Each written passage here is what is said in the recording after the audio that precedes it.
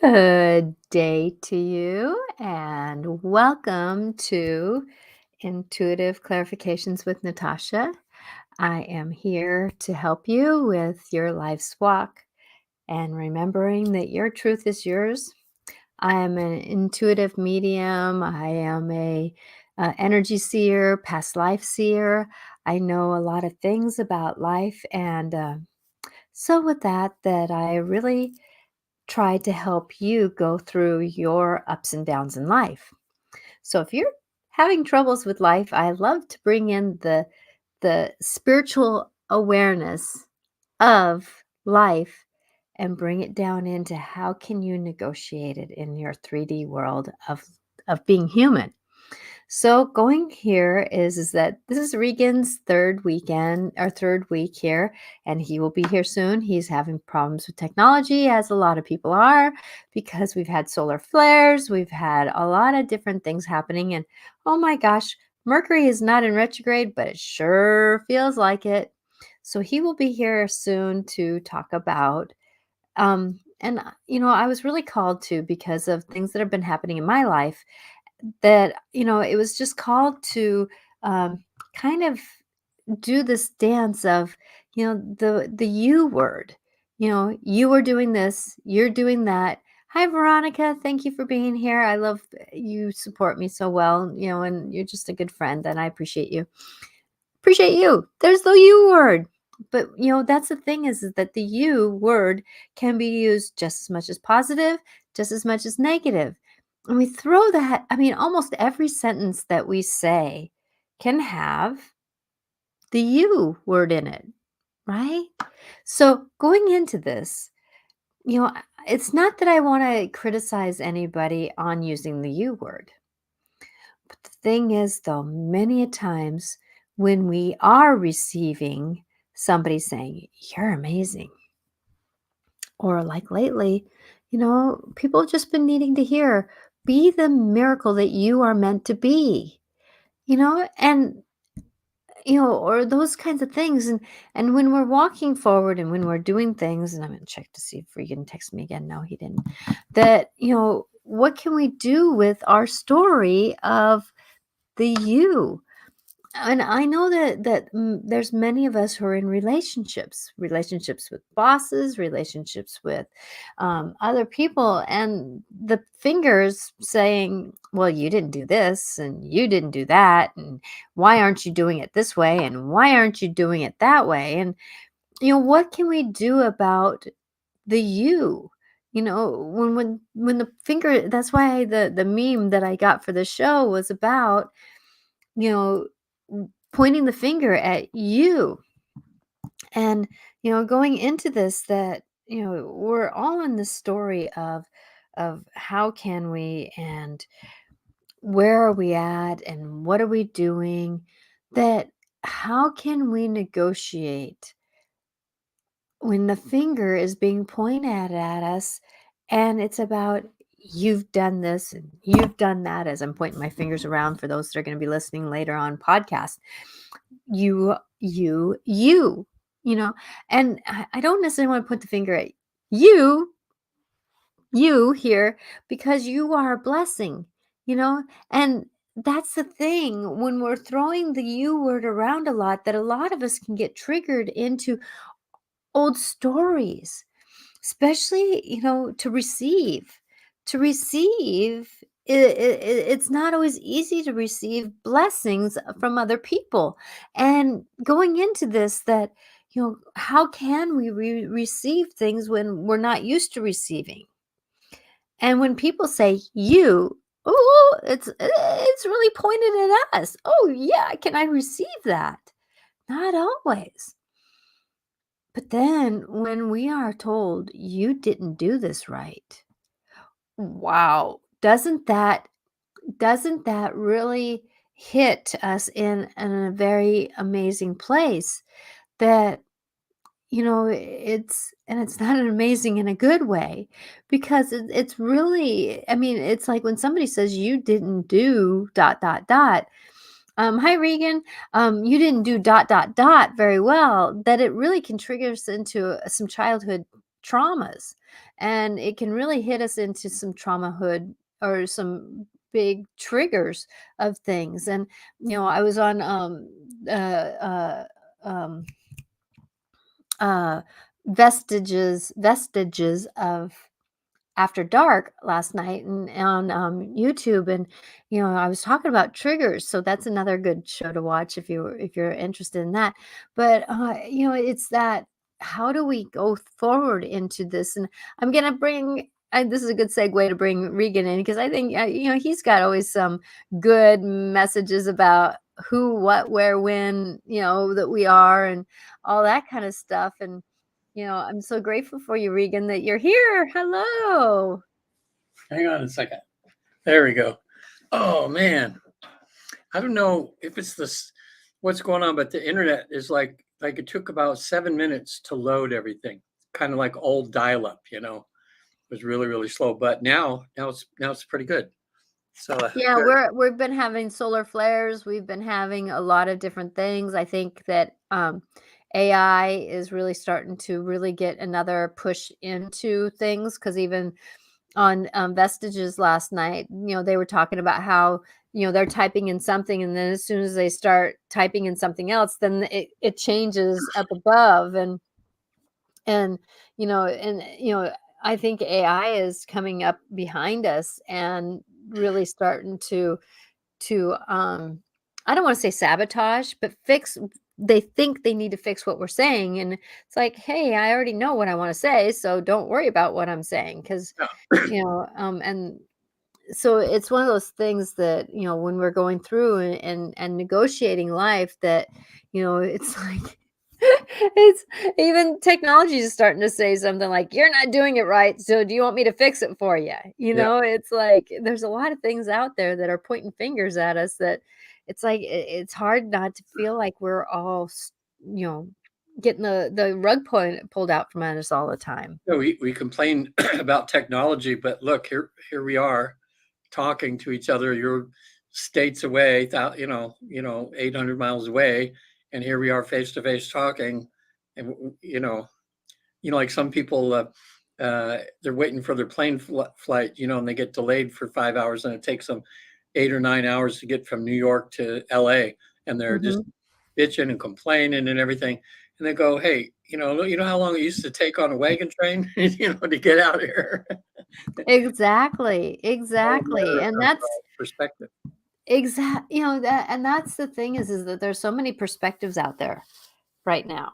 There's Yeah, so many truths out there right now, and people are ready to point a finger at somebody and saying, "What are you saying about that? What are you doing?" And that's why I was called to do the show today, and about the "you" word. Because I know in my life lately that that word has been thrown around about how, well, why aren't you doing it this way? And it's all in good intentions. It's all in conversation. But it's an interesting how, living with a perfectionist that I do, sometimes he has a hard time understanding my perception. you yeah, know and it's all about, and it's not all about him. He's learning very well, how to negotiate it. But at the same time, though, it's really easy to throw out the, well, why didn't you cook it this way, or why didn't you do it that way, or why, and it's just normal conversation between couples. yeah, It's normal conversations between coworkers. And but yet it can really be tricky to receive that. yeah. People don't realize how a word can have such it can mean so many things. Uh, like in anger management, that's one of the things. Like, let's say you're with a spouse, and they say, "Why didn't you whatever that?" Um, what a person gets from that when they're on the receiving side of the why is, "Hey, why are you so stupid?" Or, um, "I'm better than you." Mhm. In other words, it's a way sometimes people, uh, come across as um, of dominating somebody, because they're more powerful and everything. So, um, yeah, it's an interesting place, to think about how, we can be so influential. Oh, I said a big word, influential in how we live our life. That there's so many, why aren't you the way that the rest of us are? Why are you not, why are you, thinking that way? What is that moment that you're saying there? And it's just so like at you, you Yeah. know? Yeah. Any form of talking down to another person, of putting yourself on the higher ground, so to speak, is a form of abuse, you know.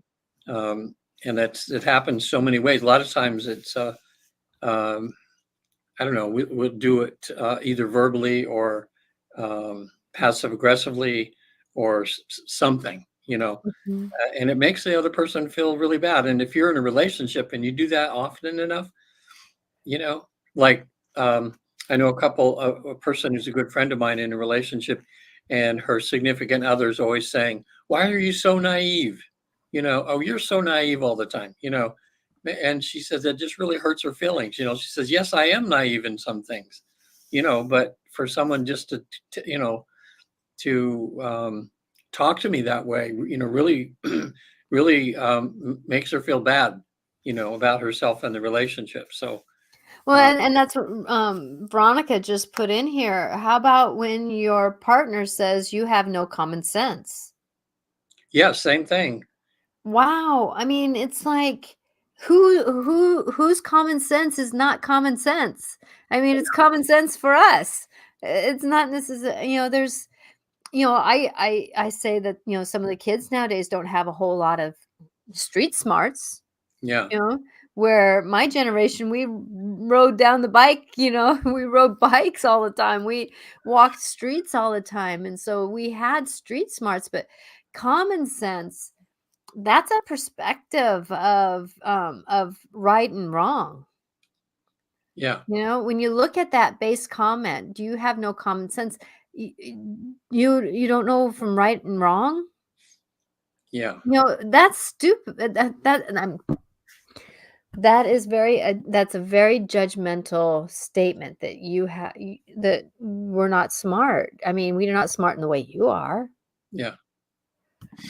Well, I know, have had clients whose parents have, even when they were young, like, I think I mentioned it one time on the show, but a client, she was like 6 years old and learning, had some homework to do, and she just couldn't understand this one thing. And the dad says, "Why are you so stupid?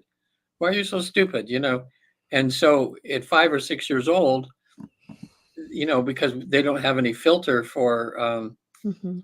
like they haven't reached the age of reason yet. So when a parent told them they're that way, part of them goes, "Whoa, I must be stupid," Exactly. and that carries on into their subconsciously in the background all the way through their life, just from something because the dad was Mhm. frustrated, and said that. So we got to be really careful about that, especially with small children. Exactly. Like, what if parents, "Oh, you'll never amount to anything," or, "You're so stupid. Uh, you don't have any common sense," things that when parents get frustrated with when the kids are trying to learn something. Uh, Exactly. Well, I know that, when my husband in his drinking years for Mother's Day, he would expect the kids to know how to wash the car without even teaching them. yeah, Well, why don't you do it this way? You left a mark, you left this, you left that, and it would be like the kids would be in tears, I'd be in tears, and it was like, well, there goes a fricked up Mother's Day. It's like, but it was all that, expectations and unrealistic understandings. And that, I wanted people to understand that we use the word you in almost, like I said earlier, almost in, yeah, if it's not in a paragraph 3 or 4 times when we're talking, that's part of our life. But it's like we got to be careful of the intention that we say it with. yeah. Yeah. So, this subject that you want to bring up, and I thought about it. It's like, since I went to anger management for 3 years when was in my 40s, like 30 years ago, and all the things I learned, and it makes me really see, because I know everything now. I can't pretend that I don't know what's abusive. Then it makes me see it everywhere. Mhm. I notice it and I go, whoa, because a lot of people, they just don't know any better in a sense, because that's kind of how people treated them. So now they're treating other people, and they don't understand the damage that you're doing to other people when um, when you're, uh, in a sense, telling them that you think they're stupid, or that they don't know what they're doing. Um, Yeah, we don't know better to do better sometimes. Sometimes, yeah. So that's what's good to learn, and we're talking about that today. Is just be very, very careful, especially in relationships. In the way you argue. You know, I mean, when you do things like when the arguments get heated and you um, yell at your partner, "Oh, you're so stupid," or Mhm. something like that. I mean, um, that's like a knife wound. I mean, it really hurts. You know, Mhm. and then things can escalate from there and get out of control. Um, Exactly, and that's the thing is that then that's going back to intention, that, as we're going forward that, when we do get heated, a lot of times we do get into reaction instead of interaction. And then we get our triggers, we get our story, we get our whatever is happening behind the scenes, and it's not always easy to negotiate that dance um of that emotion when we're in that. And sometimes that's where, there's times when I'm talking and I'll have to say, I'm wanting to say something and I have to remember, don't put a but in that sentence. Don't put a yet in that sentence. Don't put, because, you know, there's few words that somebody will hear and you want to make them impactful. And if we're all, starting to get into the you do this, you do that, well then that puts us who's receiving that in our own mind. And then we lose track of what's really being said from that person because maybe there might be something better after that moment, but yet we get so caught up in our story that we don't hear everything. yeah, And and I know that a lot of us can be married to like a narcissist or a perfectionist or a depressed person or a righteous person or whatever the language is, and we can work for those people. And it's interesting, what would you suggest? How would you suggest you know when somebody comes up to you and says that you're not smart? Why did you do it that way? yeah, And I know that, you're in a loving relationship, but still there's probably, some things that happens sometimes. Well, why did you do it that way? yeah, yeah. Well, I'm trying to think now, because I know a lot of the techniques that I learned uh, in therapy classes, or whatever. One thing that I did, couples counseling, just on and off, for couples a bit, but then I realized, wow, I mean, that's one of the toughest things for a therapist to do when you're dealing with two people and trying to give them both validity into what they're saying. Mhm. But and then as you're looking at what both of them are seeing, you can generally see who's maybe wrong, but yet you don't want them to think you're taking sides, agreeing with them, because then the other person goes, I don't want to go to that therapist anymore because they're always taking your side. Uh-huh. It's like, oh, what do you do? Um, I found that when I had done something wrong, and some women I had in my life were really good communicators, and what worked for me practically every time was when they would come up to me, and they would say something like, "Sweetheart, um, I have an issue with something, and I wondered if you'd be willing to listen to what my issue is, or something. Mm, Would you mhm. be willing? Or I'm feeling very angry right now, and would you be willing to listen for a few minutes to hear what I have to say? Something that doesn't, instead of them coming right out and just, with their anger and throwing a You dagger. did this, you did that, you, yeah. When someone comes to you in a kind way, it's hard to get defensive that way. Mhm. Or would you be willing to listen to me for a few minutes? You know, uh, Exactly, and that's what I find, that if I can put the "you" further in the sentence instead of right at the beginning, yeah, then it's not so much of a finger being pointed. yeah, It's more of a, like, "Hey, can we talk a little bit? I appreciate your willingness to hear what I have to say here, and I don't really wanna say you're doing this and you're doing that, but, there's this perspective that I'm feeling right now, and I don't know how to say it, well, it's yeah, just, let me communicate this a little bit with you." yeah. Because and I think we have a natural tendency to respond to people in kind. In other words, if someone comes at us punching, our natural instinct is to punch right back. Mhm. If someone comes up to us in a kind way, I think you're more apt to get a kind response Yes. that way. Mhm. Something that doesn't feel threatened, because um, like I mentioned before, when I'd done some shadow work back in my 40s after going through the anger management, and then I went to some men's group things where you spend a week dealing with your shadows, and stuff, and I came home as such a different person, um, and I mean really a different person, with this thing called New Warrior training. If anybody out there, if you have a spouse, this is something that's for men, but they do have a program for women too. But in other words, if any of you women listening out there have a spouse that has anger issues, but they really care about you and they want to learn how to behave differently or change themselves, look up the Mankind Project. And they have centers all over the US now, and it's other men helping other men to become um, really what men should be, and that's Mhm. be kind and compassionate and strong, Mhm. and to be better fathers, better husbands, and better in the workplace with total integrity.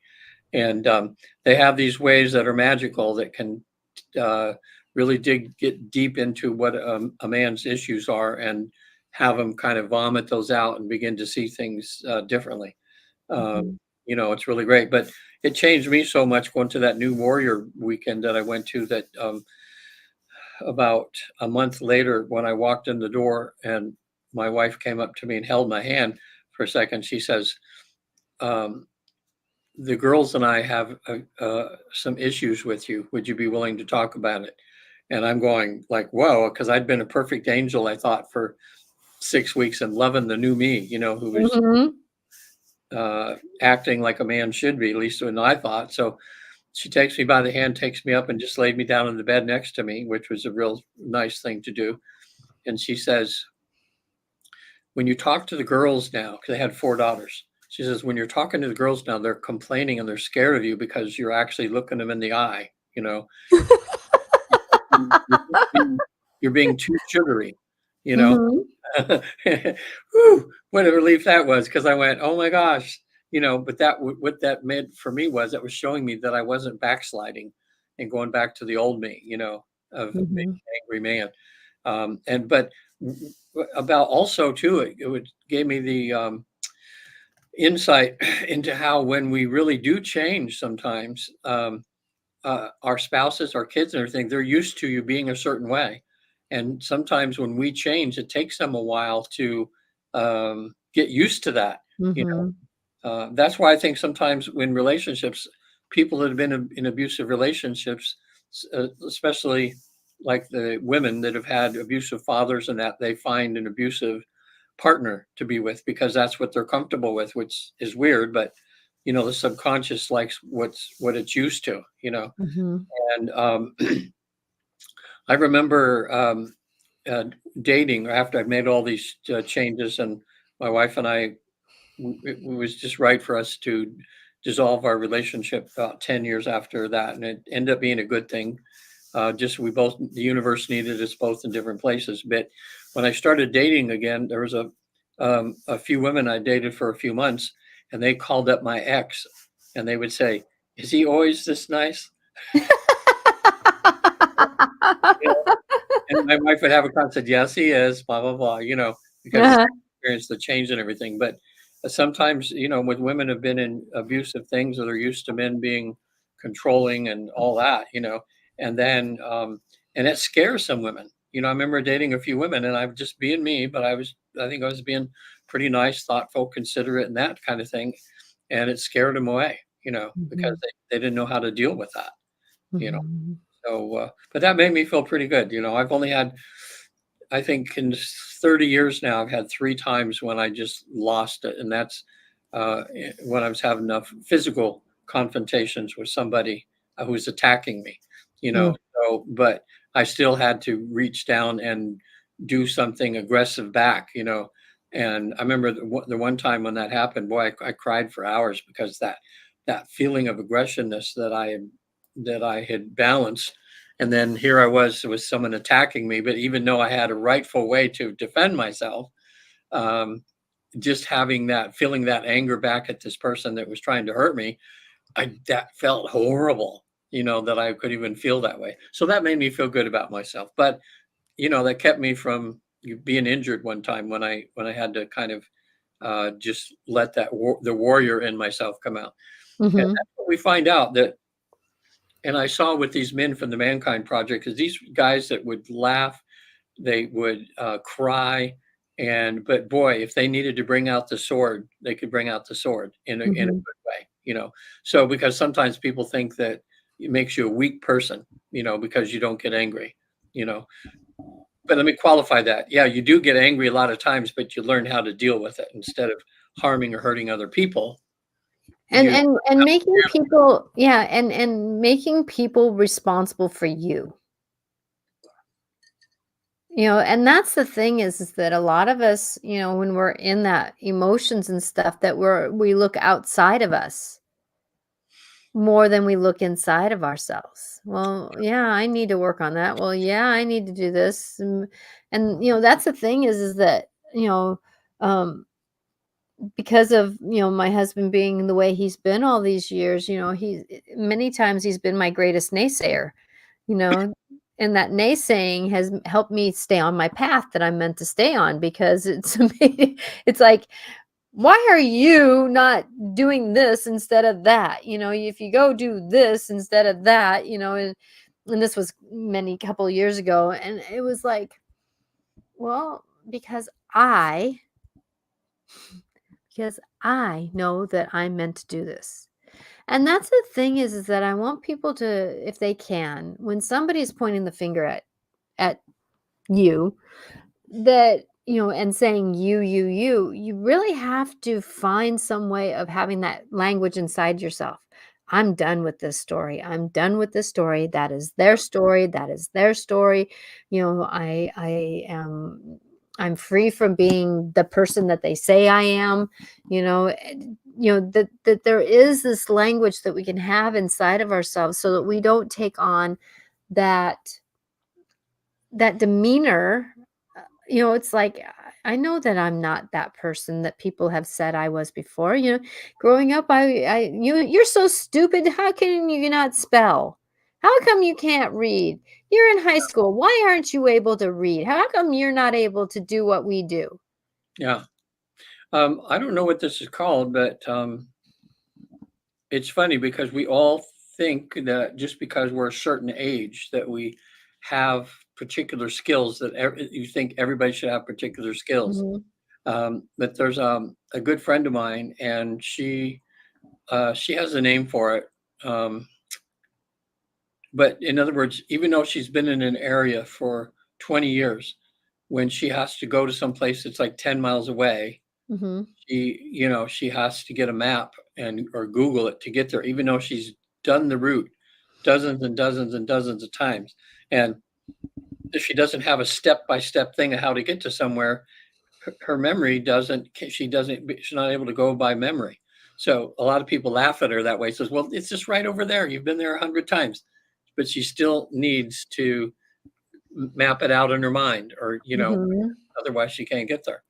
Um, I do so the same thing. I do the same thing. It's like if I have to be, let's say, at an airport, you yeah, know, we'll have the conversation, one day, that it's like, well, we need to leave by this time and this time. Well, every time that I get asked, well, what time? I have to go through that same process. Well, the plane is at this time. I want to get to the airport at this time. So we need to leave at this time. And it's like, well, you have already told me the time. Why do you have to keep repeating it? Well, that's the way my brain yeah, works. Time doesn't stay in my head. yeah, I have so many other things, ADHD moments, that's not unless I write it down on a sticky note and put it somewhere, which, yes, I should use sticky notes more often. yeah. Well, I we need to be. Yeah, I I mean, especially husbands and wives, you have to realize that whoever you're with has had different life experience than you have. I mean, I know some people my age, guys, that don't even know how to change a tire on a car. Mhm, You know, and I'm thinking, come on, everybody's got to know that. But no, they just never ever had to change a tire, so they don't know how. Basics like that, and especially like with like 20-something-year-olds. There's a relative that I have that I'm involved with sometimes, a young man, in his 20s. And I don't want to make him feel stupid for, there's a few things that he obviously doesn't know how to do, like even just putting seat covers on his car, you know. mhm, And, I looked at the instructions and I go, okay, yeah, a little tricky, but in 10 minutes you can figure it out. And he gets like a panic attack, like he can't, he has a hard time like following instructions with things. But yet, on the other hand, he's gifted in so many other ways, you know. mhm. So yeah, We need we to have need, compassion, I guess, is the lack of a better word, but, going into this that, and using the word "you" isn't always in a negative context. Because yeah, many of us, like I was saying at the beginning of the show, that many of us get told, "You're amazing. You're doing a good job. You have this. You're so smart." And we kinda go, "Mm, am I? Am I smart?" 'Cause usually I'm told, "You're dumb, but you're telling me I'm smart?" yeah, And so we get these crosshairs of language and it's that story about, when you're pointing the fingers at somebody, you have what, 3 pointing back at you. yeah. I like that analogy. I've heard it so many times. You go, okay, I know what the person's going to say. Blah blah blah. Three pointing back at you. You go, Mm, yeah, I heard that 100 times, but that's really true. it You know, is. So I think we just should be more mindful of our speech. In other words, anybody again listening to this or sees it in the future, now that we're bringing it up, you'll catch yourself as you start to, point the finger at somebody, or to and that's the first step in changing behavior, is just acknowledging that that's what you do. And then the next thing is you start kind of uh, guarding and watching like you have pretend you have your higher, better self standing next to you, kind of watching you all the time. Mhm. And you're starting to be mindful. And then, so if you're a good person, when you catch yourself doing that, first thing you learn to do is to apologize. You know, in other words, if you got mad at someone and said, you never do that, and I told you 100 times, why did you do it like that, or whatever, um, then the first thing is to, go to that person and say, look, I'm sorry, Mhm. I meant to put it this way, because our behaviors are so many of them are in concrete. I mean, once your subconscious gets used to reacting a certain way, that's just what it does, and it's hard to get in there to break that cement up to change. Uh, Mhm. Exactly.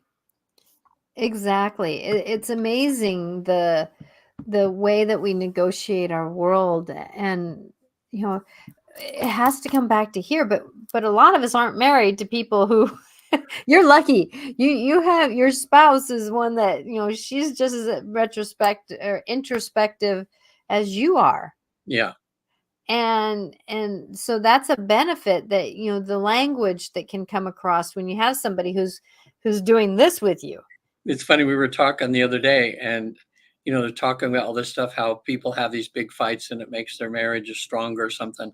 And we know we just don't fight, we take care of things. But we were kind of looking at each other and said, should we have some kind of big old fight or something, just so our marriage could get stronger? And we Mm-hmm. said, no, that's what we've learned from all of doing that in other relationships all this time.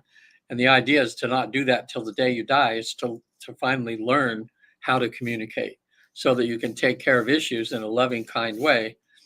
Because when it gets down to it, uh, I mean, unless you're in an abusive relationship or something, which is not right. But when you're, let's say, in a good, healthy relationship that has problems, Mm-hmm. the last thing you want to do is to hurt the feelings of the person you care about the most. You know, And and and that's what's so sad, is that there's usually one person in the relationship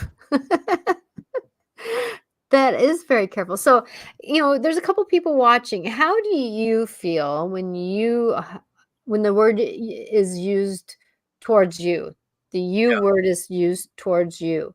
How do you feel about that? And it could be positive or not so positive.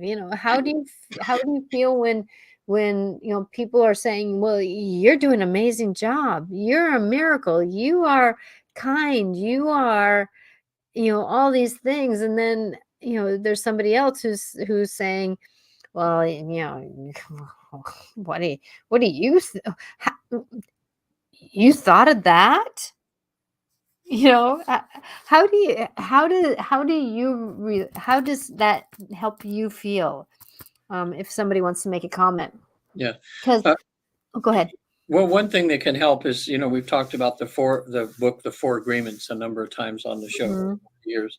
And, one thing that helps some is to realize that when somebody either compliments you or criticizes you, that has nothing to do with who you really are. That's either them coming from a frustration or an issue problem they have on their own, that they're trying to just because someone says, "Oh, you're so stupid," uh, does that that they're just coming from their thing, and they have the right to their opinion, but that doesn't mean that you're stupid. Even if they say, "Wow, you're the most beautiful person in the world. I've never seen anybody as gorgeous as you," that doesn't mean you're the most gorgeous person in the world either. It means no, somebody. exactly.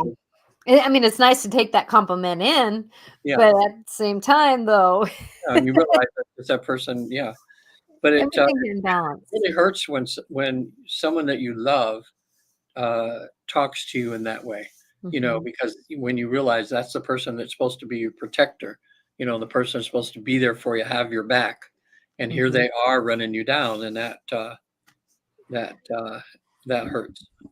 Exactly. It's amazing. It's really amazing. I know that, we've all gone through many stories of this, and, being married to an alcoholic like I've been over those years, that there was a lot of use pointed out. And I understand that wears you, it can wear you down, when you have somebody that is uncomfortable with themselves. Yeah, yeah. And You then know, um, if anybody out there is in an abusive relationship, phew, those are the ones so many. There's so many, because 70% of my clients in my regular hypnotherapy practice are women that have, rape, incest, or violence that's mhm. done to them. And I just hear these stories all the time. And some people would say, well, you're in an abusive relationship, just get your suitcase and go. What do and, you know, I don't know, maybe there's one out of 100 people that can do that. I mean, that's because Exactly, because it wears us down. When somebody keeps being told, "You do this, you do that, you are this, you are that, you don't do that well. Why are you thinking that? Why did you make French fries when we usually have potatoes? Why did you?" And that is a very wearing. You start losing yourself. yeah. Well, You that really start losing yourself.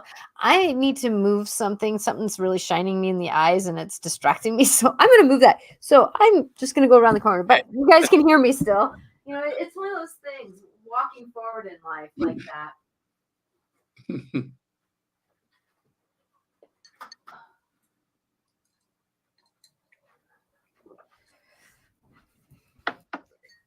It's still doing it. Keep talking, Regan.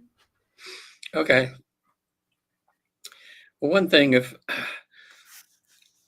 if you're in an abusive relationship, and you have someone, either the man or the woman is actually being abusive, either physical, of course, emotional, or verbal, that's a sign something's wrong in the relationship.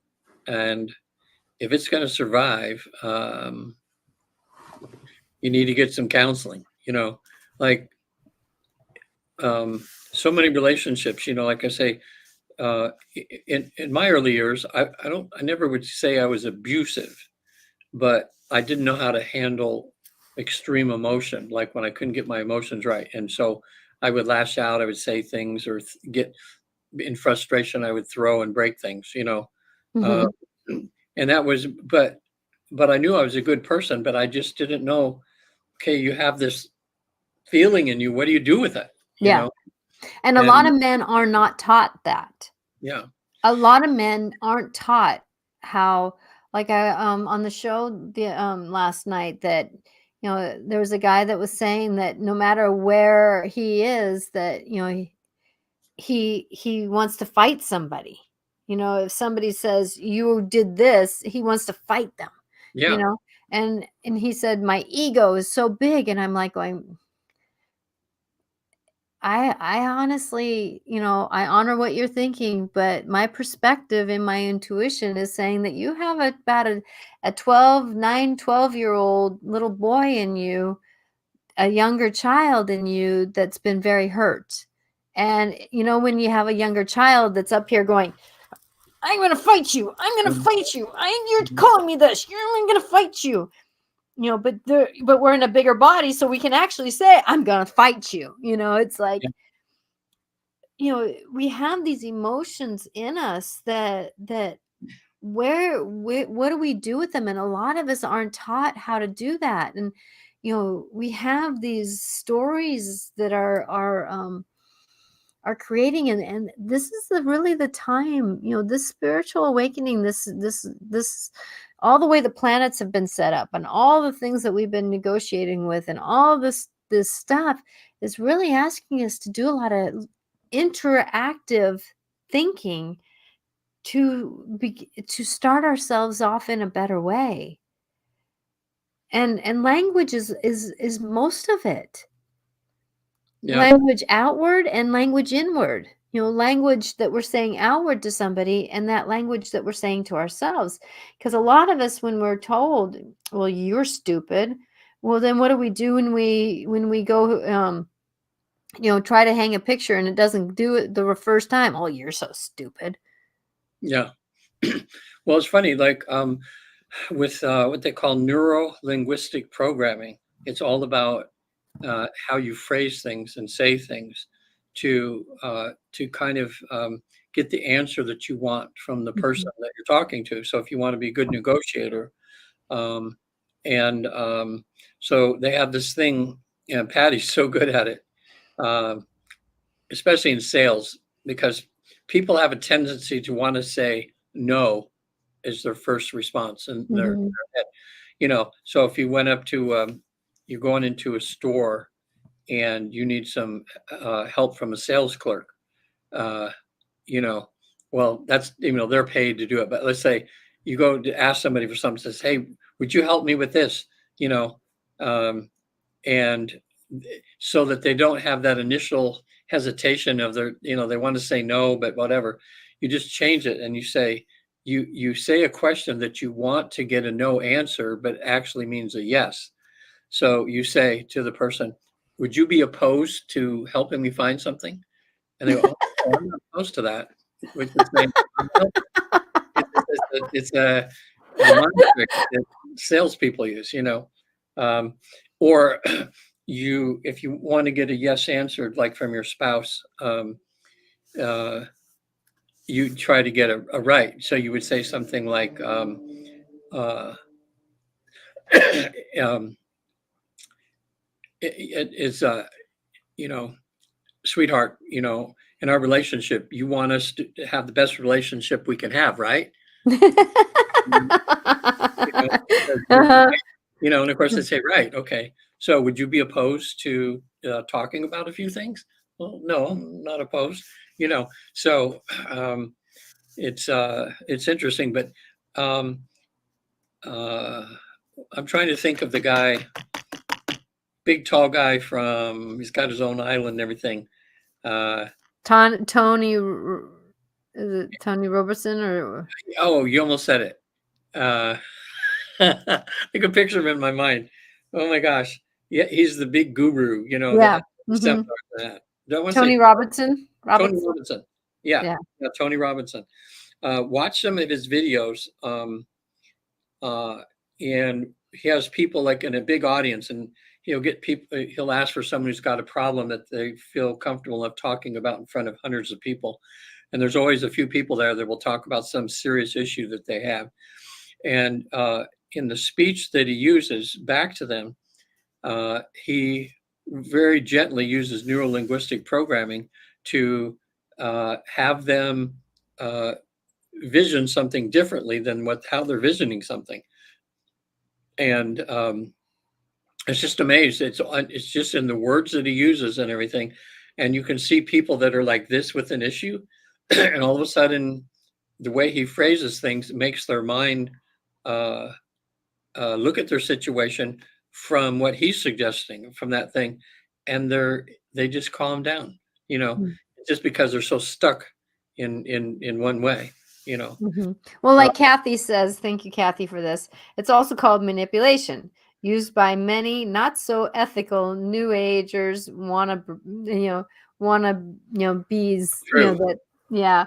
And Exa- that's the thing is everything, like the word you. Yeah. The word you could be used in a very positive way, or it could be used in a very not so Right. positive way. Well, then the way that we speak to one another can be a form of manipulation, or it could be a form of let me help you, That's where you have to be mindful. And as these and people are talking ethical. to you that way, you have to think, is this salesperson just manipulating me right now?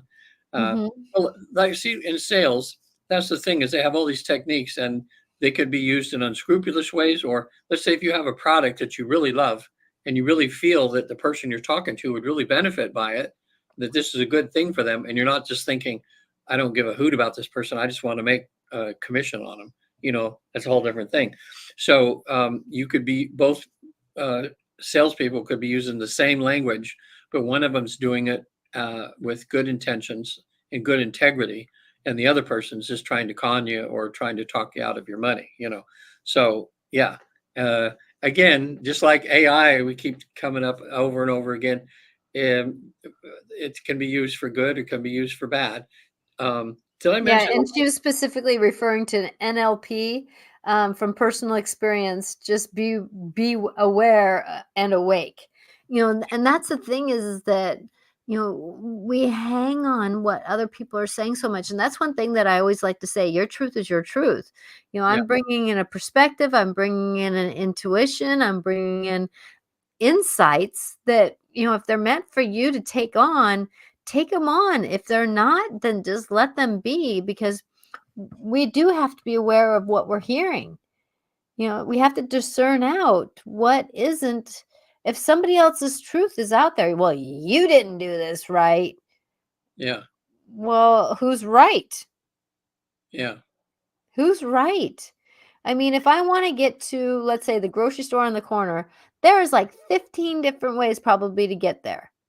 Yeah. So just because somebody says you went the wrong way. Well, yeah. Well, in couples counseling, one of the first things the therapist tries to do is says, okay, we have to stop the you sentences starting with you. Mhm. Um, like, well, or she did, you did this, whatever, Or because she did that, or right. it's that starting the sentence out with the other person.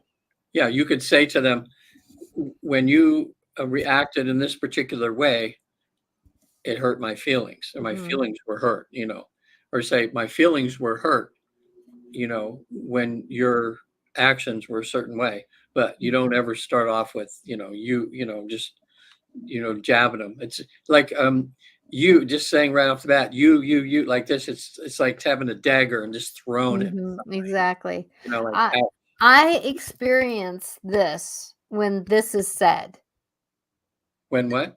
When this is said, or whatever is said. When it is said that I'm not a good cook. This is what I experience when it is said to me, "You're not a good cook," or whatever that statement is. That, when we can hold a little bit different intention around it, because I know for me that there's been many times where, I could have pointed the finger back, and it was like, "Why? Why?" And then I added another conversation later when it was more, when the energies weren't up, when things were a little bit calmer, I would say, Yeah.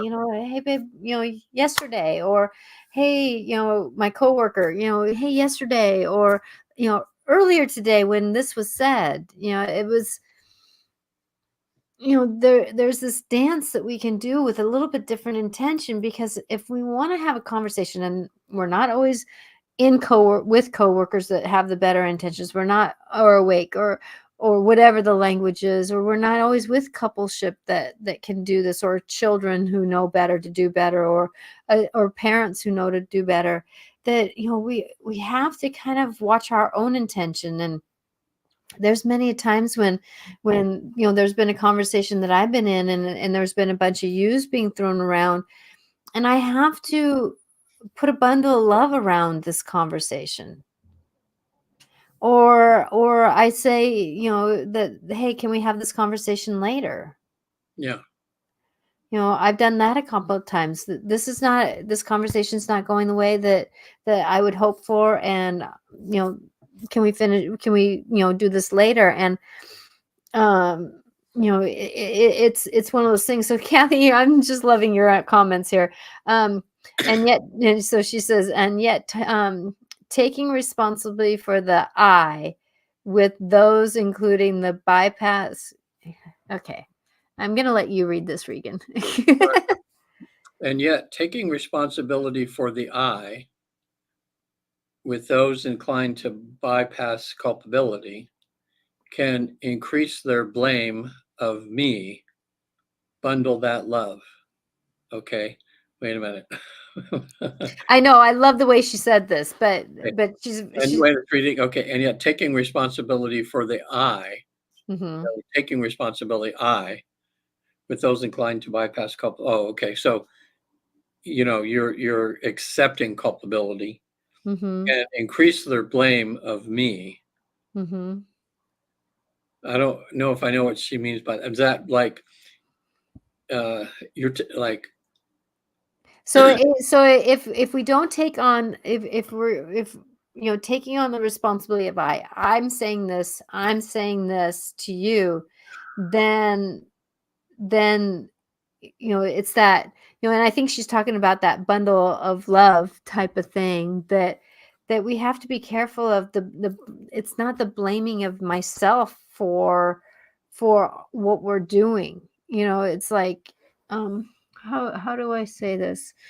Kathy, I hope I'm interpreting this more on the writer side, that, that, when we when we're hearing things, we really got to be careful. Okay, so here, I feel when you in an unsafe relationship can be a challenge. Bundle of love. Nat's words were so seen as helpful. So my words were, you know, it's that moment where that's the way I change things a lot of times when things are happening. And sometimes when there's those conversations at work where it's like, well, especially in like a observation, your yearly observations, there's a lot of yous throwing around. And well, you didn't do this right, you didn't do that right, you didn't do this right, you didn't do that right. Well, it's like, I'm just putting a bundle of love around me because I know that, I wasn't perfect the whole time, but I also know that I did a whole lot better than what you're saying. And so how do we negotiate those stories is by, you know, we have to almost go, I love dogs. I just love dogs. Because sometimes, they're at a situation and they just shake it off. Yeah. They just shake it off. And sometimes it's like these things that we go through, and then you did this and you did that and you did this and you do that. Compassion. Thank you, Kathy. You you, and it's like, and it's like they don't have to go inside, but they still lay on us. And it's like, shake them off a dog, and they just fall off like these, words and stuff. And it is a dance, and it's never perfect, and life is never going to be perfect. But perfectionism is out there. Isn't that amazing? Life is never going to be perfect, but perfectionism is out there. Yeah. And when we're trying to be perfect, everybody else's wrongs, perceived wrongs with quotation marks around it, is going to be perceived as, well, you didn't do it right, because then that makes me look bad. Or you didn't do this right because it just isn't to my standards. Right? And so where do we go with this? Where do we go with this? Did your police officer or police go by your house? Sirens going by. Yeah. Yep. So I live right here on right off the main thoroughfare. Mm-hmm. Your house is beautiful, though. A little oasis. Yeah. So Keep going into this, just working on it. That's why yeah. I was up on the roof cleaning solar panels, scrubbing them, getting all the dirt off of them, and it was a lot harder than I thought. I had to scrub them like 4 or 5 times to get all the I think because of the electric or something, the dirt they kind of suck dirt right onto the panels, I think. Mhm. So it's hard getting it all off. So It's kinda like electronics, they're usually the dustiest thing in the house.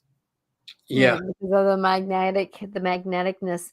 So yeah, going into this, I hope that, I know we both hope this, that whatever conversation we had today about using the word "you," that, if we can just be careful to receive the good use, receive those good languages, receive and let those sink in a little bit, because receiving compliments are not always easy. So receiving that and remembering that we can always have compassion and boundaries with the ones that are aimed at us, when the fingers are aimed at us. And we can have, I love that word compassion, Kathy, thank you. That, going into this story of who we are and what we are, that, you know I've understood many a times when somebody's been pointing the finger at me, that I wasn't the one in disharmony. I wasn't the one in yeah, dis-ease. I wasn't the one in heartache. I wasn't the one in struggle. I actually am witnessing the one in struggle. So why should I take on somebody else's struggle? yeah, I can honor it. I can show compassion towards it. I can be with it, and I can let it kind of slide through, slide around. I'm not going to let it come through me, but I'm going to let it go around me, because it's not really mine. But there's something for me to learn from it. You know, my greatest naysayers have always been my greatest teachers to show me which path I want to be on. Yeah. Or how to say, well, you know, you told me this. I'm not believing that, but I'm going to believe what I know. So I'm going to stand up a little straighter because I know what I know. Um, um, Possible words, hour. And so Kathy's saying, possible words, question mark, hour. And could we remind ourselves of our commitment to each other Very good. and ourselves? So, Very good. That's great. I love that. yeah, so I will put that up there so that it can be seen. Possible words, Our our, relationship, could we? could we remind ourselves of our commitment to each other and ourselves? So I love that. Like Thank that. you, That's Kathy. really good what you put that. Yeah. Yeah. Well, Kathy is my loving editor of my words. So Uh, she's she's my oh my gosh. She you know, she brings my words up to my knowings, and I love that. You know, because being dyslexic, a lot of times my words are stuck at a certain level. so and for and people so watching, she helps me clean. She uses my words, but she cleans me up. So so on vestiges, what did you guys talk about? triggers. About what? Triggers. Triggers. Aren't those guys great? I mean, you guys should watch Natasha on there. I've been on there a number of times too, and it's with a bishop, a nun, and a priest. Was Chris the Yeah, Chris was there. Uh-huh. he's such a It's nice. the first time we met, and it was funny because there was a couple times he says, "Oh, I got to hear what she says about this." Yeah, he's a really nice guy. Yeah. Uh-huh. But Yeah. yeah, it's from a Catholic perspective, but kind of a New Age Catholic perspective. Whether Yeah. they're more open to other things than just the strict, They were Catholic talking way. about fairies Wow. and demons and darkness and I what I liked about them is like they were saying that half the time the entity that they need to take off is an emotion. You Yeah. know, it's not necessarily of dark, it's not of an extra critter, it's actually emotions that have been sitting around in a house that created darkness. Yeah. Mhm. Mhm. You know, and so with that, but it was a very good show, and I was so grateful for them, and you Yeah. know, giving me a chance to be me. They they said, "Oh, Natasha's here. She'll add some calmness into the story," because they were having technology problems, so they were getting triggered beforehand. That's good. I'm glad you're on there again. Yeah, because they always have great discussions. Yeah. Um, Well, I wanted to ask because we jumped right into the story because of you know the conversation. How are you? I'm just tired today. I have I've had this cough. Well, even I think the last 2 months that I've been on, I've had this Mhm. cough all the time. I started taking um, this stuff, this Oh, there you go. Mullen. There it is. Ah, wait a minute. I got to turn the opposite way here. There you go, Mullen. It's two droppers full of this, and then some other thing. And I've found out. I think the last 4 or 5 days, like on the show today, I'm saying saying it, so it's making me cough. Mhm. But it's kind of getting better. But I went to the doctor, and he said that so many people are having this cough now, and that's the only symptom they have is just a bad cough, and there's nothing really you can do for it. Just let it work. They can't. It's not bacterial, they say, so you can't give it penicillin or anything like that. You just have to wait it out. So it's kind of wore me out a little bit. Um, Mhm. Well, and it's so hard to breathe when you don't breathe, it's like, yeah, eh I went golfing yesterday, and boy, I really pushed walking instead of getting a cart. It was on a billy goat course, so I had a lot of uphill pulling my 40-pound thing of golf clubs and everything, and I started getting leg cramps up in my thighs, which are oh, horrible. And so I took a hot bath and I drank a lot of water. Boy, I did everything, even ate a banana. They say that kind of helps. And I couldn't sleep. So I ended up taking a Tylenol PM. And I'm still waking up from that all day. It just makes you kind of sluggish. Yeah, it does. Magnesium, vitamin D helps also with Yeah. leg cramps. I tried to take my magnesium, but I hadn't used it in so long. It was like cement. I couldn't sleep anyhow. So I've Yeah, got, take magnesium regularly. I take it sometimes 2 times a day yeah, because of the benefits of it. magnesium is good for so many things. It is. It really is, but we have to be careful where we get our vitamins. There's so many pharmacies out there, and this is my perspective, that they're putting a lot of fillers in. And Yeah, so we gotta be careful of the way that we take our supplements. So, yeah. just as an I'm FYI, like look at the dragging today. labels. I feel a little bit like I get once in a while where I feel like I have a body depression, where I just feel like, you know, Mhm. but Patty will be home in a bit and we're going to walk down to this French restaurant in town and they have live music. So she's going to Mm. be here about 5:15. We're just going to get a little walking in. So that'll do me good. Yeah, get some body moving. Well, Regan, I am so grateful you're here, and I hope that, my greatest hope is that whatever conversation that is on this show is that it is helpful to bring a perspective Yeah. and to bring some insights maybe that might be a little bit more helpful in our language, just to shift. Sometimes we only need to shift just a little bit. So, because many of us receive so much information from other people's opinions, and we have to discern it out. What is our story? What is our understanding? Because not everybody's truth is our we have to wear other people's truths. Yeah. We I, can honor other people's truths. We can negotiate with other people's truths. We can apply what some, hey, what do you want for dinner? Well, I want this. Well, that's somebody else's truths. We can honor those truths. But at the same time, though, hey, I really want you to cook, like my husband. Hey, I really want you to cook stuffed peppers. I don't eat stuffed peppers. You want me to cook stuffed peppers? That's a little bit of an expectation. Why don't you assist me in this journey? yeah. Yeah. Or you do it. Yeah. So we can use the you word as a positive thing and maybe not. And Kathy says, "Great to see you, Regan, and thank you both." Oh, I love you, Kathy. Thank you for being you and watching us. Thank you all for being here, Regan. How do people get a hold of you? Oh, right there on the screen, visittheafterlife.com. It's a new website.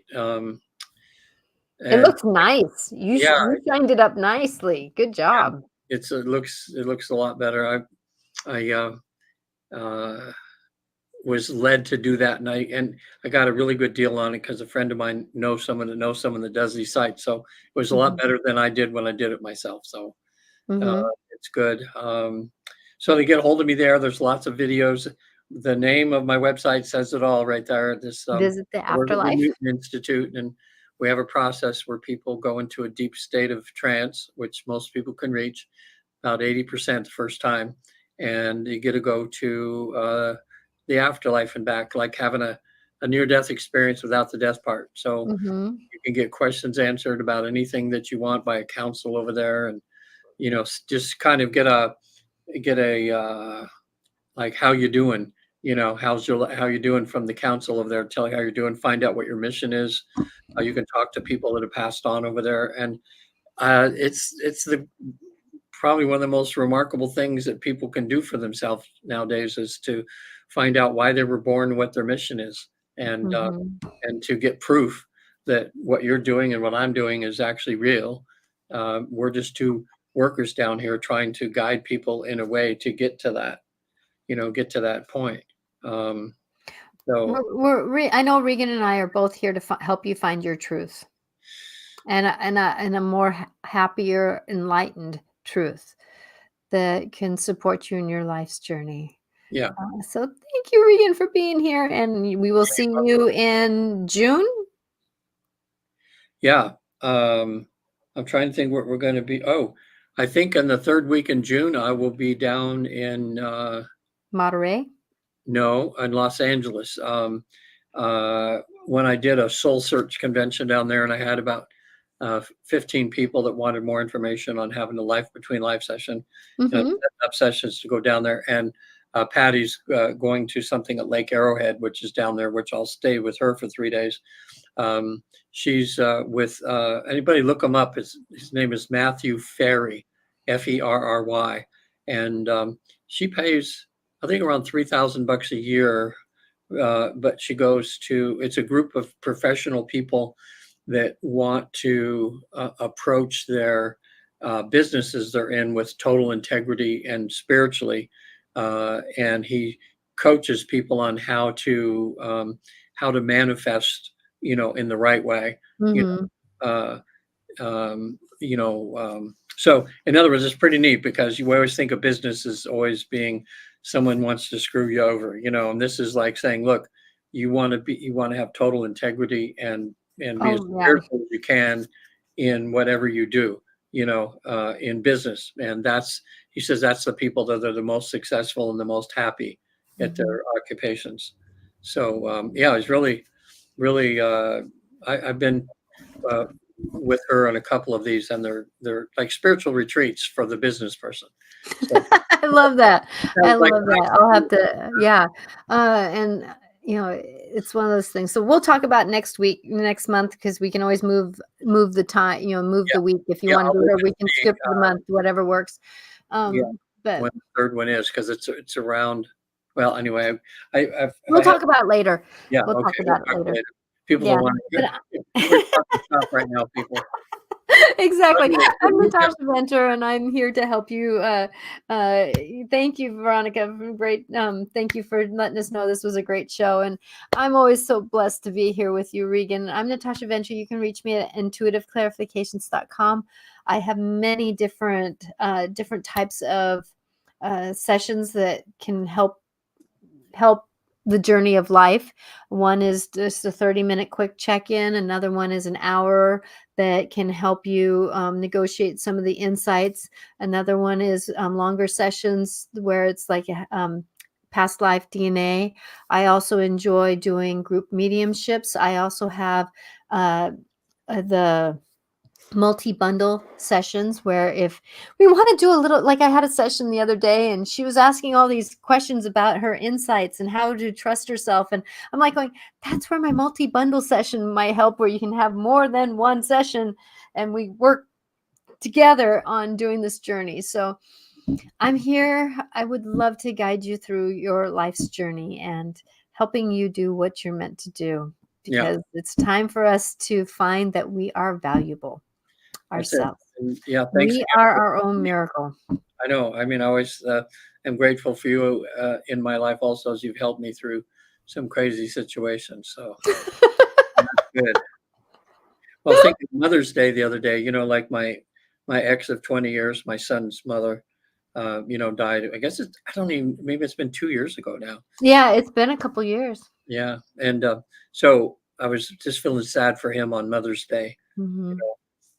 know, in that way. But he keeps coming to occasionally in my son's dreams. She's there, they're Mhm. working on some stuff. So, um, Mhm. Well, yeah, blessings on that journey.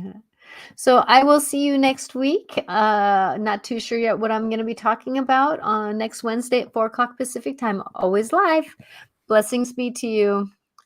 Bye now. yeah. Please share, I'll see like, you next month. follow, whatever you would like to do, so that whoever can hear this conversation, if it's something that they would like to hear, I would be so grateful. Blessings be.